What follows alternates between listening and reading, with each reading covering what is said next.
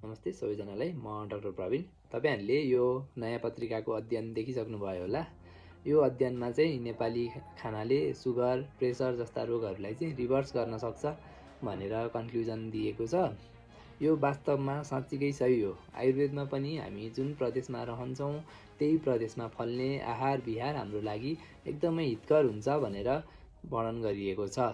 कुनै पनि आहारहरू सिजनल छ कि छैन, रिजनल छ कि छैन वा एवं ओरिजिनल छ कि छैन, यानि कि रिफाइन गरिएको छ कि छैन भन्ने कुराहरू महत्त्वपूर्ण हुन्छ। हामीले कुनै पनि प्रशोधन नगरिएका कुराहरू सिजनल, रिजनल र ओरिजिनल खानाहरू नै खानुपर्ने हुन्छ।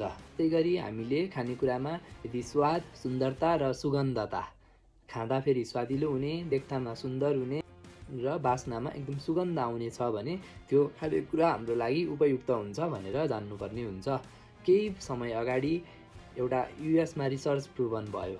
तोरीको तेल चाहिँ ह्युमनको लागि चाहिँ एकदम टक्सिक छ भन्ने रिसर्चको कन्क्लुजन थियो र त्यो रिसर्च नै हेरेर त्यो अमेरिकामा बसोबास गर्ने मानिसको शरीरमा देखिएको प्रभावको आधारमा हाम्रो नेपालको डाक्टरहरूले नेपालीहरूलाई पनि त्यो टक्सिक हुनसक्छ भनेर तेलहरू खानको लागि निषेध गर्नुभयो र रिफाइन्ड सनफ्लावर तेल किनेर खान थाल्यौँ र त्यसले अहिले एकदमै धेरै असर गरिरहेको छ। सबैको घरमा सुगर, प्रेसर र थाइरोइड एवं अन्य रोगहरू देखिनुमा रिफाइन्ड सनफ्लावर तेलको पनि एकदमै ठुलो भूमिका छ।